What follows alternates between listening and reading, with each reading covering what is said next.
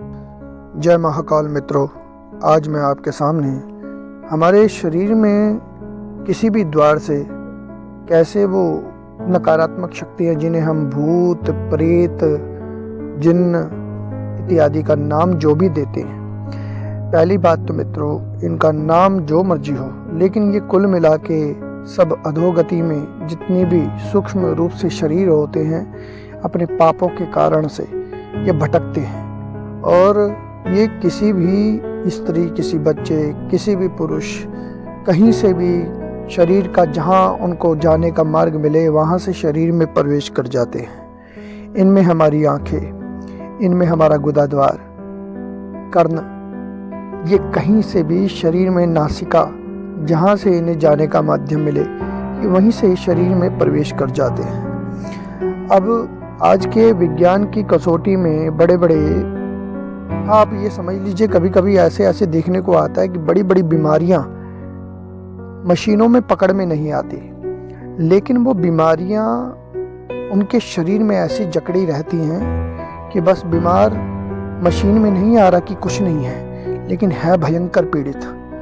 और कभी कभी मशीनों में आ जाए तो सहज अचानक कैसे, तो ये कुछ तंत्र मंत्र के रूप में भूत प्रेत छुड़े रहते हैं। कुछ सहज ही हमारी गलतियों के कारण से हमारे शरीर में इन चीज़ों का प्रवेश हो जाता है। मैं प्रवेश करने की बात कहूँ तो ये जैसे संध्या का समय हो, और संध्या के समय में अगर किसी शमशान, किसी सुनसान जंगल में जहाँ पर ऐसी आत्माएं भटकती हैं, उस वक्त इनका प्रभाव जब तेज होता है, कोई स्त्री अगर कोई अशुद्ध शरीर में अशुद्ध तरीके से कोई हो तो ये चीज़ें उनके शरीर में अपना घर बना लेती हैं। और पहले तो किसी को पता नहीं चलता, लेकिन जब ये शरीर में प्रवेश करती हैं उसकी मनोदशा को बिगाड़ना शुरू कर देते हैं। कोई अगर उच्च कोटि के साधक हों तो उनके पास जाकर ये शांत भी हो जाते हैं, और या तो बहुत भयंकर भटकना शुरू हो जाते हैं कि भाई ये कहीं उनके, क्योंकि उनकी ऊर्जा सहन नहीं होती ना उनसे। भूत प्रेत कभी भी उच्च कोटि के महात्मा, संत, साधु, जो जिनके अंदर भक्ति भजन के जो परमाणु होते हैं वो उसको सहन नहीं कर पाते। इसलिए व्यक्ति को अपने जीवन में शुद्धता रखनी बहुत आवश्यक है। इसलिए जो बाथरूम जाते हैं ना जंगलों में, स्त्रियां, आदमी, कोई भी, तो इन्हें बाथरूम जाने के बाद हर जगह बाथरूम नहीं करना चाहिए, और अगर जाएं तो हाथ पैर कुल्ला ये जरूर करें, क्योंकि अगर थोड़ी सी भी अशुद्धता होगी तो ऐसी चीज़ें शरीर में प्रवेश कर जाती हैं। अब मैं ऐसे कई उदाहरण देख चुका। एक जगह भागवत हुई तो कोई लड़की जो दिल्ली से आ रखी थी, तो दिल्ली से आने के बाद वो एक जगह पे उसके शरीर में शाम के वक्त भयंकर शरीर टेढ़ा मेढ़ा हो गया, आवाज़ बदल गई। तो उसका कारण बाद में किसी पंडित जी के द्वारा मंत्र बोलकर जो भी प्रयोग था उसके मुंह से निकलवाया।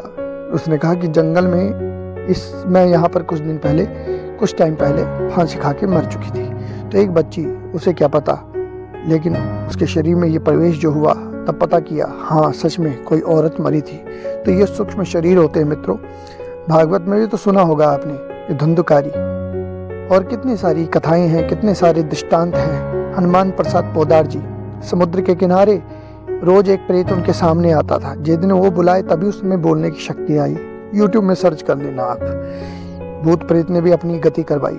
तो ये भूत प्रेत जो है अपनी गति मांगते हैं। जब ये परेशान होते हैं तो परेशान कर देते हैं। सात्विक, राजसिक, तामसिक 3 प्रकार के भूत प्रेत होते हैं। ब्रह्म राक्षस भी 3 प्रकार के, एक सात्विक जो कल्याण करते हैं, राजसिक दोनों करते हैं, नुकसान भी और कल्याण भी, और तामसिक बिल्कुल ही नुकसान करने वाले होते हैं। तो इन चीज़ों के लिए महाराज मैं आपको एक ही चीज़ बोलूँगा, इनसे बचाव के लिए अपने जीवन में कवच पाठ, शिव रक्षा कवच का मैंने एक पाठ दिया हुआ है, उसका पाठ करें। और कवच ना कर पाएँ तो अपने जीवन में कम से कम हनुमान चालीसा इत्यादि के पाठ इतने करें।